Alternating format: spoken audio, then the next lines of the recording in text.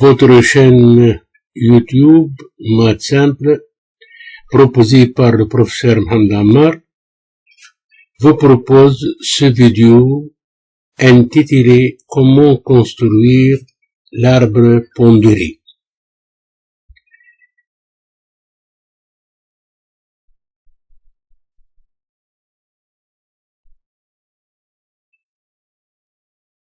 Donc on va corriger l'exercice 1 et on va corriger l'exercice numéro 2 et on va corriger l'exercice 3 et on va corriger l'exercice 4.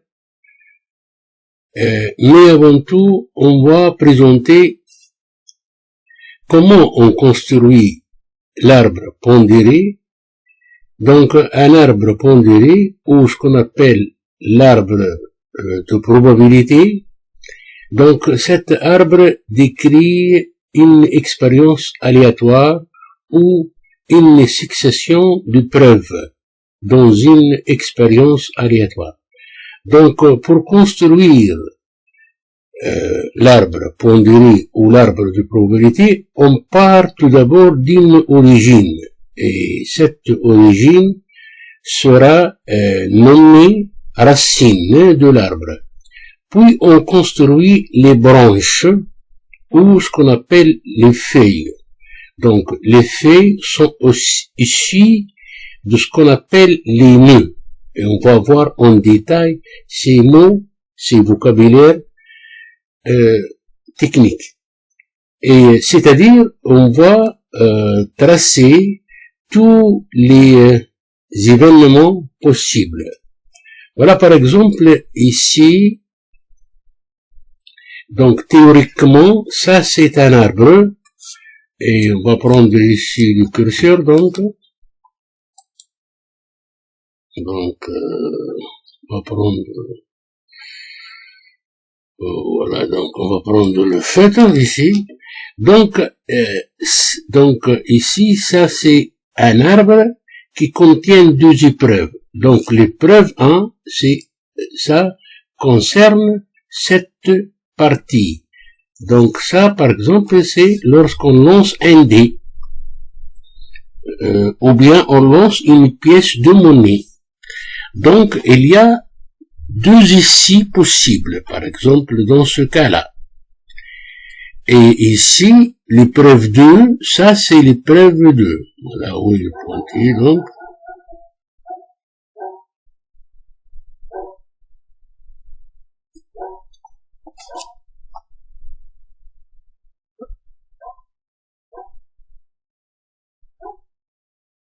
Et ça c'est l'épreuve 2.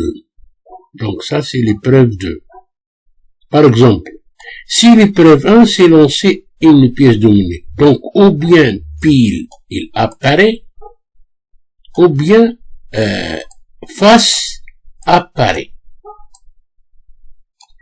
Donc lancer une pièce de monnaie, ça c'est l'épreuve 1. L'épreuve 2 c'est tirer une boule de l'une des deux urnes, urne I1 ou l'urne I2. Donc ce point-là sera appelé racine. Racine, c'est-à-dire le début de l'arbre. Une branche sur laquelle on va indiquer la probabilité de l'événement pile ici, par exemple. Donc ici, ça c'est une feuille ou une branche. Et de la même façon, ça c'est aussi une feuille ou une branche.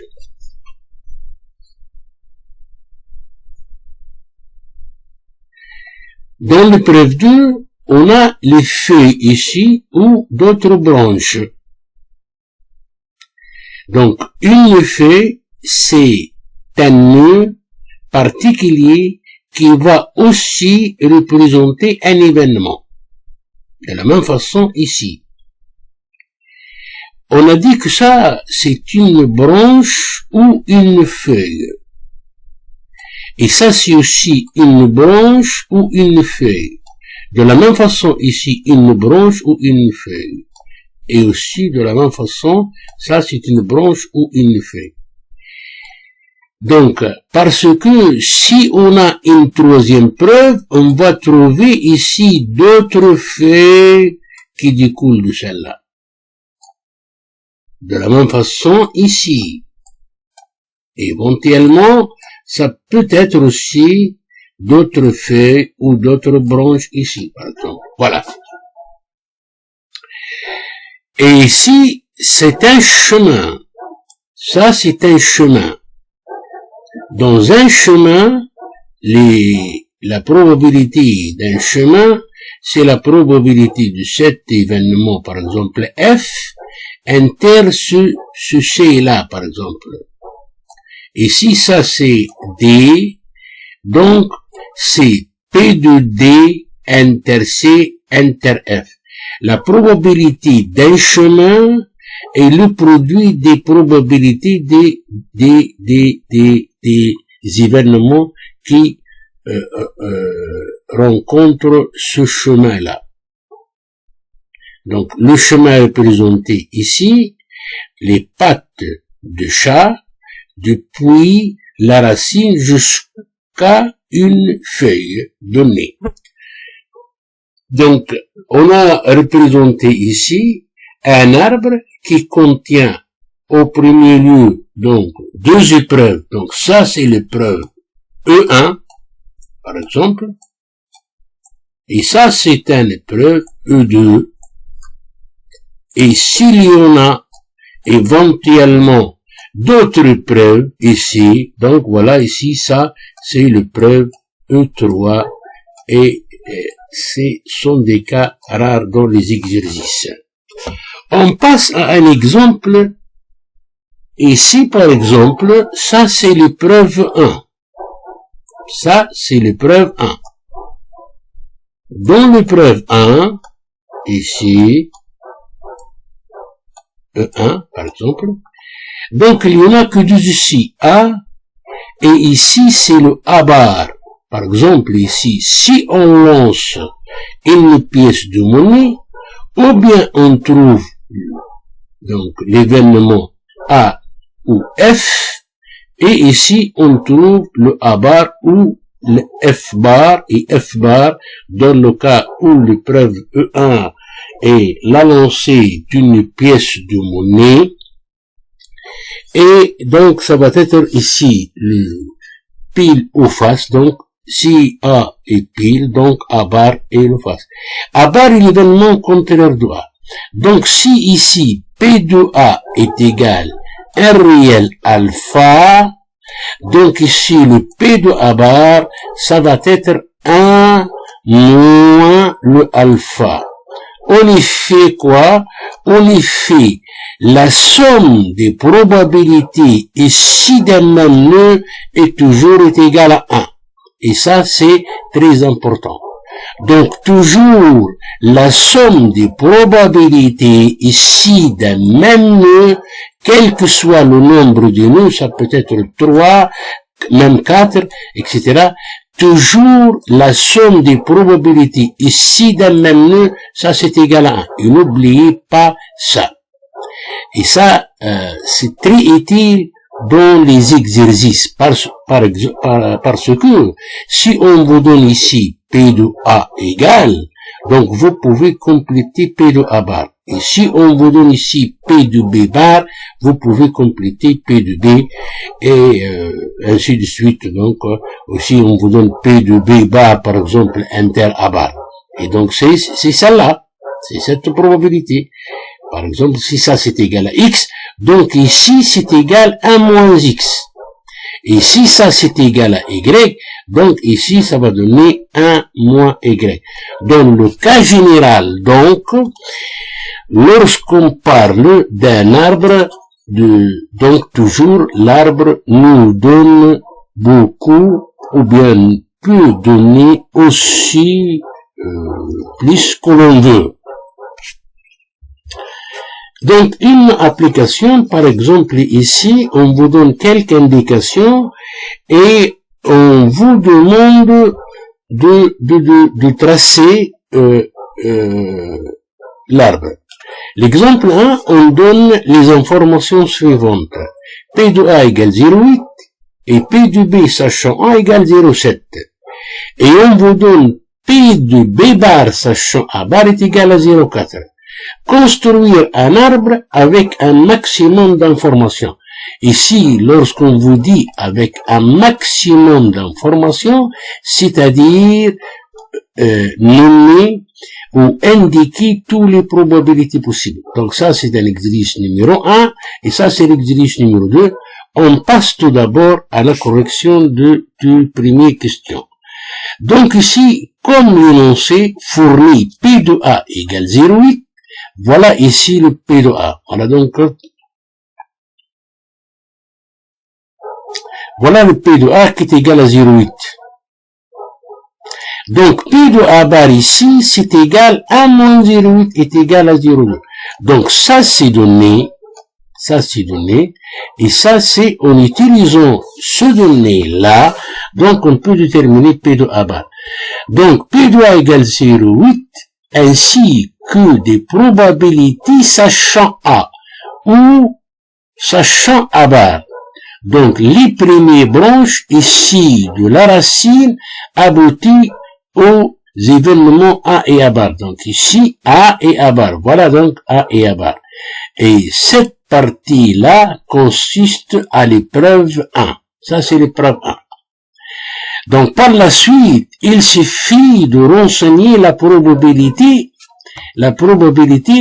donnée dans l'énoncé, puis l'utiliser pour déterminer les autres probabilités sur les autres branches d'un même nœud. Donc, doit valoir 1, d'où l'arbre. Donc ici, on a donné, si on revient à l'énoncé de l'exercice, c'est qu'on vous donne ici P2 B bar, sachant le A bar est égal à 0,4. Et voilà ici P2 A bar, sachant B bar. Donc ici, P de A bar, ça, voilà ici, donc voilà le P de A bar, sachant B bar. Ça c'est 0,4. Et donc ici, P de B sachant A bar, c'est égal à moins 0,4, et ça c'est égal à 0,6. Donc ça c'est aussi donné. Ça c'est aussi donné. On revient donc à l'énoncé, et on vous donne P de B sachant A est égal à 0,7. Voilà le P de B sachant A. Voilà est égal à 0,7. Donc, on passe à la correction. Donc, ici, ça c'est aussi donné. Voilà. Ça c'est aussi donné. Donc, P de B bar sachant A, c'est égal à moins 0,7. Et ben, voilà donc la réponse du première question. Donc, on revient aux deuxième question. Donc, on oublie les informations de la question précédente et on donne de nouvelles informations. Donc, P de A sachant B égale à 0,9 et P de B est égal à 0,65. Et P de A sachant B bar est égal à 0,15. On passe donc à la correction. Ici, P de B égale 0,65. Ça, c'est donné. Voilà. Ça, c'est donné. Donc, puisqu'on vous donne P de B égale 0,65, c'est-à-dire P de B bar égale 1 moins 0,65. Et ça donne ici le 0,35. Donc, P de B bar est égal à 0,35. Donc, la somme des probabilités ici, c'est toujours est égal à 1. Et si on vous donne P de A, sachant B est égal à 0,9. Voilà ici. Donc, P de A bar, sachant B égale à moins 0,9 est égal à 0,1. Voilà la somme des probabilités ici. Ça, c'est égal à 1. Et si on vous donne P de A sachant B bar est égal à 0,15. Et par suite, donc, P de A bar, sachant B bar, égale 1 moins 0,15 est égal à 0,85. Voilà ici toujours la probabilité est égale à 1. Donc ici, la constriction, voilà, d'un arbre pondéré, donc, obéit aux lois, suivantes. Donc, la somme des probabilités issues d'un même nœud est égale à 1. La somme des probabilités issues d'un même nœud est toujours égale à 1. Et la probabilité d'un chemin est égale aux probabilités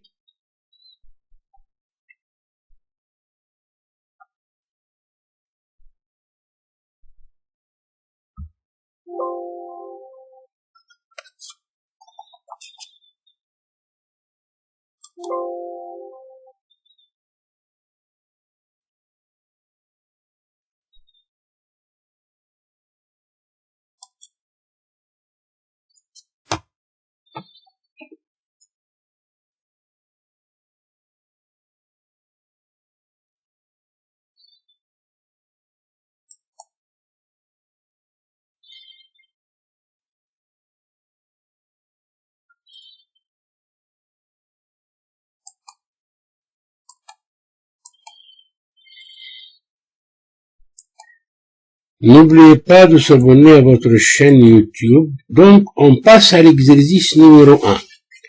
Donc, une maladie atteint 3% d'une population. Un test de dépistage donne les résultats suivants. Chez les individus malades, 95% des tests sont positifs et 5% sont négatifs. Chez les individus non malades, 1% de tests est positif et 99% des tests sont négatifs. Donc, on note ici M, l'événement être malade, et T, l'événement le test est positif. Première question, c'est construire un arbre pondéré correspond à cette expérience et donner la probabilité de l'événement M inter T, c'est-à-dire malade et le test est positif, donc M inter T. Puis, ici, donc on va prendre ici le feutre, ici P de M bar inter T bar. Et ensuite, déterminer P de T et P de T bar. Calculer la probabilité de ne pas être malade, sachant que le test est positif. Et calculer la probabilité d'être malade, sachant que le test est négatif. Donc on commence ici une maladie qui atteint 3% de la population. Ici donc 3% de la population. Donc on doit traduire ce pourcentage en probabilité. Donc 0,03 c'est la probabilité des malades. Donc la probabilité de M c'est égal 3%, donc c'est égal 0,03. Donc les probabilités de M bar c'est 1 moins 0,03. Donc, et chez les individus malades, c'est-à-dire les individus malades, c'est-à-dire P de M. Donc le test est positif. Donc P de T inter M. Donc ça c'est la probabilité d'un chemin qui est égale à 5%. C'est-à-dire donc la probabilité ici de M inter T est égale à combien? Donc c'est la probabilité d'un chemin. Et chez les individus non malades, c'est-à-dire ici M bar, 1% des tests est positif et 99% donc sont négatifs. Et on note ici M, l'événement être malade, et T, l'événement, le test est positif. Donc, premièrement, construire un arbre pour cette expérience. Donc, pour cela, on passe à la correction, et voilà donc ici. Donc, une maladie atteint 3%, voilà, d'une population. Et on note ici M est malade, l'événement M est malade. Donc ça, c'est l'épreuve 1. Voilà l'épreuve 1. Dans l'épreuve 1, donc ça, c'est les malades. Les malades. Et la probabilité des malades, c'est 0,03. Donc, et la probabilité de 1 bar, c'est 1 moins 0,03. Voilà la probabilité de 1 bar. Donc ça, c'est dans l'épreuve 1. Dans l'épreuve 2, chez les individus malades, c'est-à-dire ici les malades, voilà les malades ici. Chez les individus malades, le test est de 95%. Et voilà donc, voilà. Donc P de T ici, inter M. Donc ça, c'est P de T inter M. Voilà, P de T des malades. Donc c'est égal 0,95%. Donc, P de T bar, c'est 1 moins 0,5. Voilà. 1 moins le 0,95. Donc, ici, ça donne 0,05. Et ici, on a dit, chez les individus non malades, c'est-à-dire, on parle de cet événement. 1% des tests sont positifs. Donc, P de T inter M, ici, c'est, voilà, 0,1. Et ici, donc, P de T sachant M. Donc, ici, P de T sachant M. Et par suite, P de T bar sachant M bar, ici, donc, c'est 1 moins 0,01. Et voilà donc la probabilité, la somme des probabilités ici d'un même nœud ici, donc ça donne ça.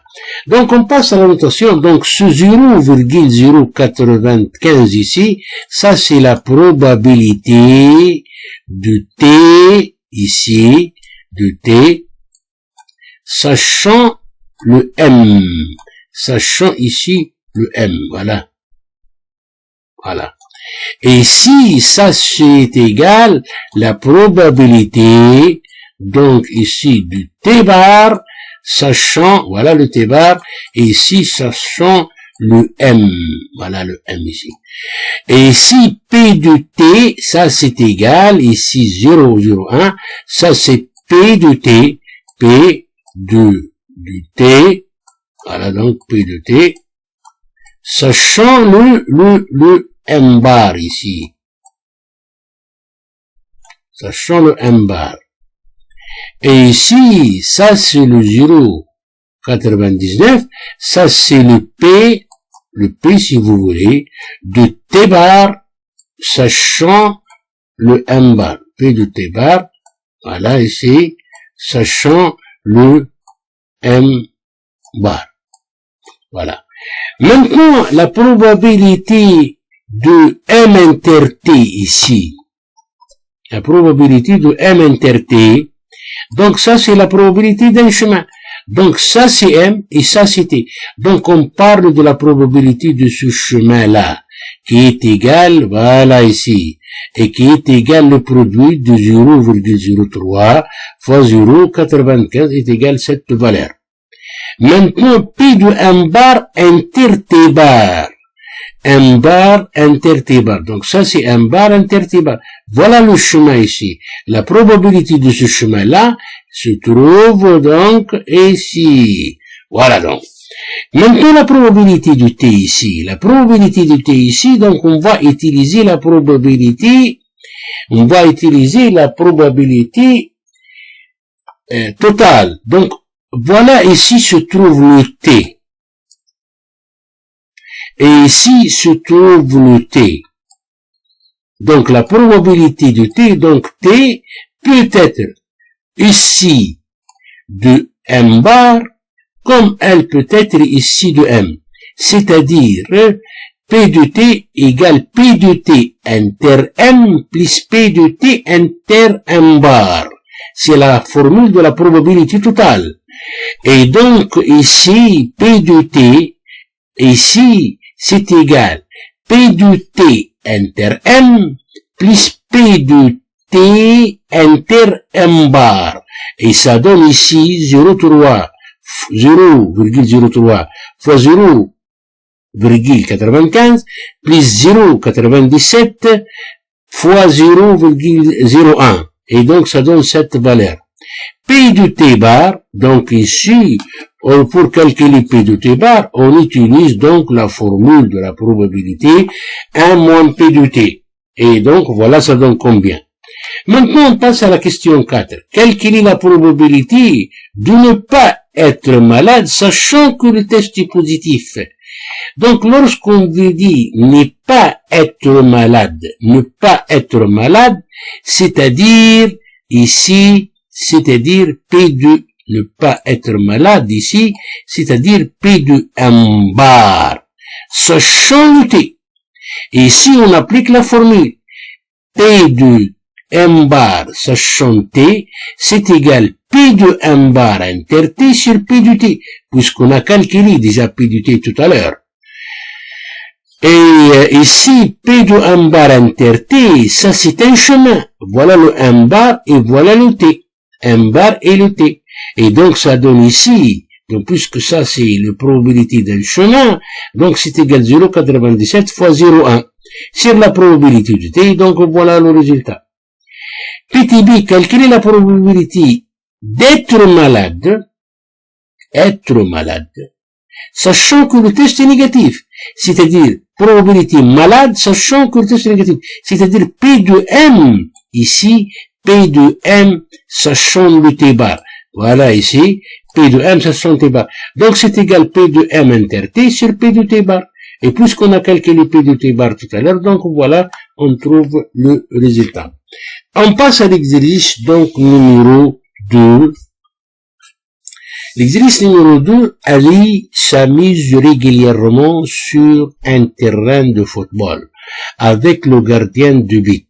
L'épreuve consiste à tirer au but et observer le résultat obtenu.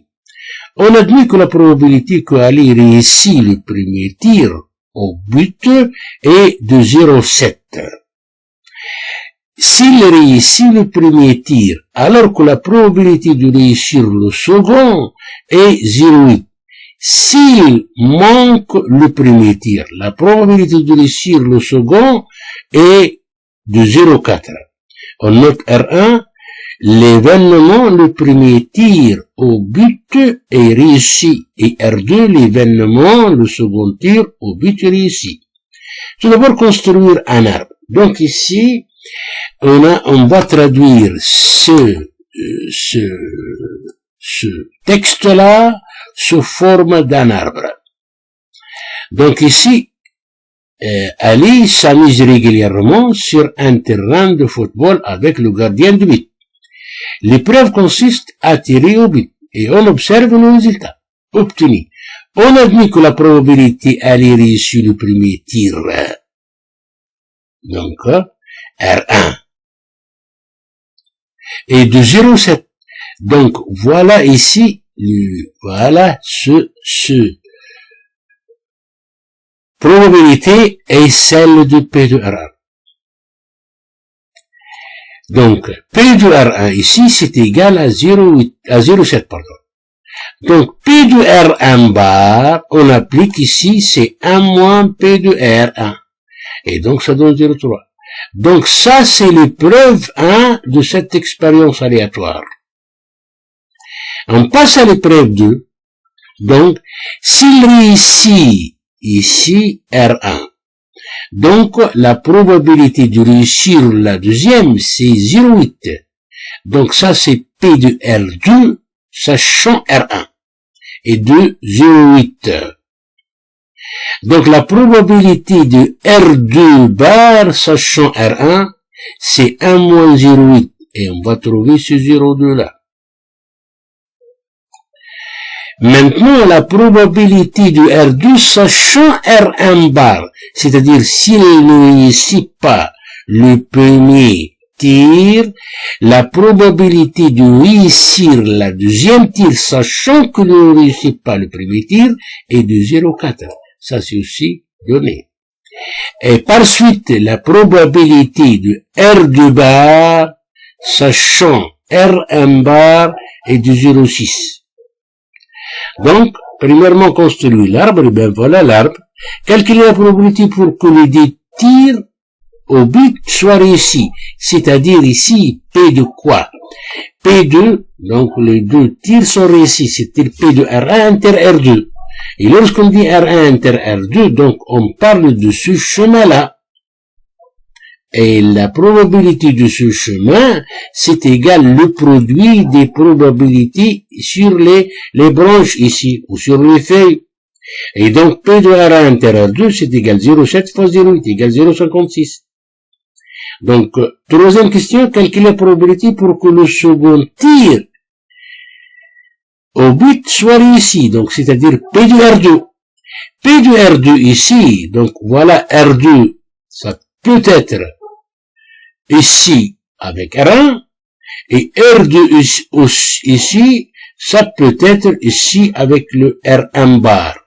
Donc, P de R2 égale P de R2 inter R1 plus P de R2 inter R1 bar.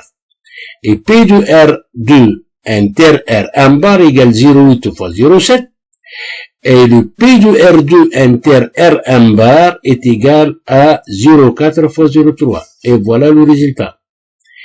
Donc, on note A, événement, Ali réussit exactement un tir au bit. Et donc, lorsqu'on vous dit ici un tir au bit, c'est-à-dire on n'a pas les deux tirs. C'est-à-dire P de R2 ici, sachant le R1 bar, celle-là, inter R1 bar, ou P de R2 bar sachant R1. Voilà. Et donc, ça donne quoi? 0,7 fois le 0,2 plus le 0,3 fois le 0,4. Et voilà le résultat. On passe à l'exercice numéro 3. Voilà donc. Exercice numéro 3, ici on dispose de deux urnes I1 et I2. L'urne I1 contient deux boules blanches et trois boules noires. Et l'urne I2 contient deux boules blanches et deux boules noires. Dans chacun des urnes, les boules sont indiscernables au toucher. Donc ici, il est très important de comprendre ce donné. Lorsqu'on vous dit, donc, les boules sont indiscernables au toucher, c'est-à-dire que l'on ne peut pas distinguer les boules à la main. Donc la probabilité ici est équitable dans chaque urne. Équitable, c'est-à-dire la chance d'avoir une boule blanche ou une boule noire est la même. Est la même. Donc ici, on utilise P de A égale cardinal de A sur cardinal de oméga. On passe, donc, les boules sont indiscernables au toucher dans chacun de ces deux urnes-là. Et on lance ici un dé sur une table. Et le dé est non truqué. Donc, dé cubique non truqué. Le mot non truqué veut dire aussi que les 6 faces de notre dé sont équitables. C'est-à-dire la probabilité de la face 1 égale la probabilité de la face 2, égale la probabilité de la face 3, égale la probabilité de la face 4, égale la probabilité de la face 5, est égale la probabilité de la face 6, et chacun de ces éventualités-là est égal la probabilité d'avoir l'un de ces faces-là, 1, 2, 3, 4, 5 ou 6, est égal à un sixième. Égal à 1 sixième. Parce que le dé est non truqué. Voilà donc, et les faces sont numérotées de 1 à 6. Donc, on lance ce dé-là sur cette table. Donc, si le nombre apparaît sur la face supérieure du dé est inférieur ou égal à 2, c'est-à-dire la face est 1 ou 2, on tire de lui une boule de l'urne I1. L'urne I1 qui contient 2 boules blanches et 3 boules noires. 2 boules blanches et 3 boules noires. Voilà. Si le nombre apparaît donc sur la face supérieure du dé est strictement supérieur à 2, c'est-à-dire la face supérieure est donc 3, 4, 5, 6. On tire une boule dans l'urne I2 et on note I1 et I2 les événements. Le tirage s'effectue de l'urne I1 et I2 le tirage s'effectue de l'urne I2. Et on note B obtenir une boule blanche et N obtenir une boule noire. Première question, c'est montrer que la probabilité de l'événement est 1 ici, c'est 1 sur 3. Et on déduit la probabilité de l'événement est 2. Voilà donc. Traduire par un arbre de probabilité les données de l'énoncé. Montrer que la probabilité de tirer une boule noire est de 8 sur 5, de 8 sur 15, pardon. Et enfin, on a tiré une boule noire, quelle est la probabilité qu'elle provient de l'urne I1. Donc, après avoir donc lire et le relire l'exercice 3, montrer que la probabilité de l'événement I1 est 1 sur 3. L'événement I1, c'est-à-dire le tirage s'effectue de l'urne I1. Et le tirage s'effectue de l'urne I1 lorsque la face, donc si le nombre apparaît sur la face supérieure du dé est inférieur ou égal à 2. Et puisque le dé est non-truqué, c'est-à-dire la probabilité d'avoir 1 ou 2 parmi les 6 faces. Donc ici, ça donne la probabilité de 2 sur 6. Et 2 sur 6 est égal à 1 tiers. D'où le résultat ici, 1 tiers. En ce qui concerne ici en déduire, le mot en déduire, c'est-à-dire en utilisant la question ici, donc la probabilité de U2, nous savons très bien que la probabilité du U1 plus la probabilité du U2 c'est égal à 1, et donc la probabilité du U2 c'est égal à 1 moins la probabilité du U1 qui est égal à 1 moins 1 tiers est égal à 2 tiers. Et ensuite on va traduire par un arbre ici. Voilà donc P de U1 est égal à P, obtenir 1 ou 2, donc ça donne ici 2 sur 6 est égal à 1 sur 3. Et la probabilité de U2, c'est égal à 1 moins P de U1, est égal à 2 sur 3. En ce qui concerne l'arbre, donc ici 1 tiers U1, la probabilité du 1 ici c'est 1 tiers, la probabilité de U2 ici c'est 2 sur 3, l'événement, donc l'épreuve 1 c'est celle-là, et l'épreuve 2 c'est celle-là. Donc dans l'épreuve 2, on va tirer une boule. Une boule de 1, elle est blanche, c'est-à-dire 2 sur 5, puisque ici 2 boules blanches et 3 boules rouges. Donc le nombre de tous les boules c'est 5. Donc la probabilité d'avoir une boule blanche c'est 2 sur 5. Et la probabilité d'avoir une boule noire est 3 sur 5 puisqu'on a 3 boules noires. Si les tirages s'effectuent de l'urne E2, ici, l'urne E2 qui contient 2 boules blanches et 2 boules noires. Donc la probabilité d'avoir une boule blanche c'est 1,5 et la probabilité d'avoir une boule noire c'est 1,5. En ce qui concerne donc la troisième question ici, donc la probabilité ici donc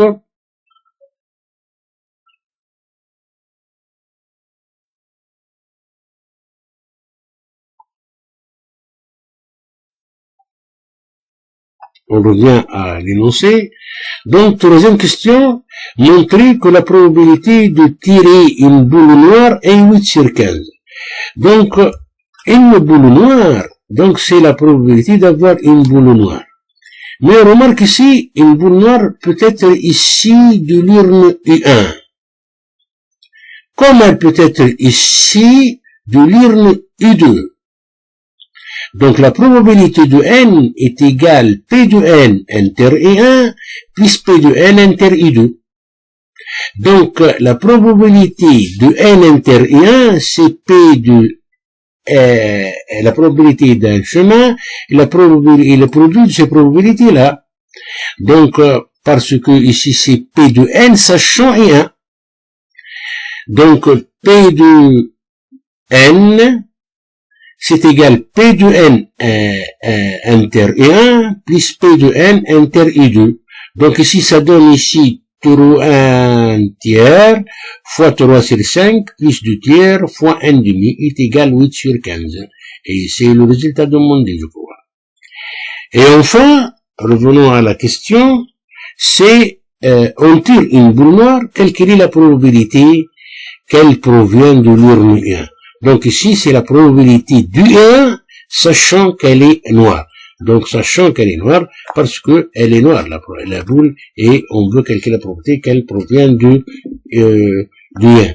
Donc, ça donne P du 1 inter n sur P de n. P de n déjà calculé, donc ça donne P du 1 inter n, donc c'est la probabilité du chemin, de ce chemin-là, voilà, donc, sur n.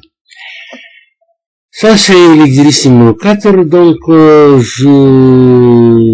voilà l'exercice numéro 4, on passe à l'exercice numéro 4. Donc, une classe d'un lycée est constituée de 26 garçons et 14 filles. Donc, classe constituée de 40 élèves. 13 garçons, 26 garçons et 14 filles. 13 garçons et une fille de cette classe sont inscrits dans un centre d'apprentissage de langue. On choisit au hasard une personne parmi les élèves de cette classe et on note les événements suivants. G, la personne choisie est un garçon. F, la personne choisie est une fille. L, la personne choisie est inscrite dans un centre d'apprentissage de langue. Calculer P de G et P de F. Donc ici P de G et P de F, donc puisqu'on a le cardinal de F et le cardinal de G, et on a le cardinal de la classe, donc ça c'est une application directe de la formule de la probabilité ici. Donc P de garçon c'est égal 26 sur 40 et P de F égale 14 sur 40. Ou bien P de F égale 1 moins P de G. Comme P de G égale 1 moins P de F si on calcule P de F au premier lieu. Donc, calculer la probabilité de G, construire un arbre de probabilité. Donc ici, l'épreuve 1, garçon, fille. Donc voilà la probabilité de G et la probabilité de F. La preuve 2, est-ce qu'elle est inscrite au centre d'apprentissage du langue ou n'est pas inscrit. Donc ici, les garçons, donc lorsqu'on va choisir un garçon, ici, est-ce qu'il est inscrit dans le centre des langues ou non? Donc c'est un demi. Mais chez les filles, on n'a pas le même cas. Parce que ici, on a dit N filles de cette classe sont inscrites dans ce centre des langues. Donc la probabilité de L sachant F, la probabilité de L sachant F, ici c'est la probabilité de L sachant F. C'est égal à 1 sur 14. Et la probabilité de L bar sachant F, c'est égal à 1 moins P de L sachant F. Et donc ça donne 14 moins N sur 14. Déterminer N pour que les événements L et G sont indépendants. Donc nous rappelons que deux événements sont indépendants. Il y a une définition, c'est que L et G sont indépendants si P de L inter G est égal P de L fois P de G, ou bien P de L sachant G est égal à P de G, c'est-à-dire La probabilité de L ne dépend pas du sel léger. Donc pour cela, on va passer à la solution. Donc d'après le résultat, P de L égale 26 sur 40 fois n demi plus 14 sur 40 fois n sur 14. Et donc ici ça donne 13 plus n sur 14. Donc les événements L et G sont indépendants, ça signifie P de L, ça a changé, est égal P de L. Et ça c'est égal à n demi. Et ça signifie que n demi égale 13 plus n sur 40. Et ça veut dire 13 plus n égale à 20. Et ça signifie que n est égal à 7. Voilà donc, merci bien de votre attention et n'oubliez pas de s'abonner à votre chaîne YouTube Maths Simple proposée par le professeur Hamdallah. Je vous remercie très bien.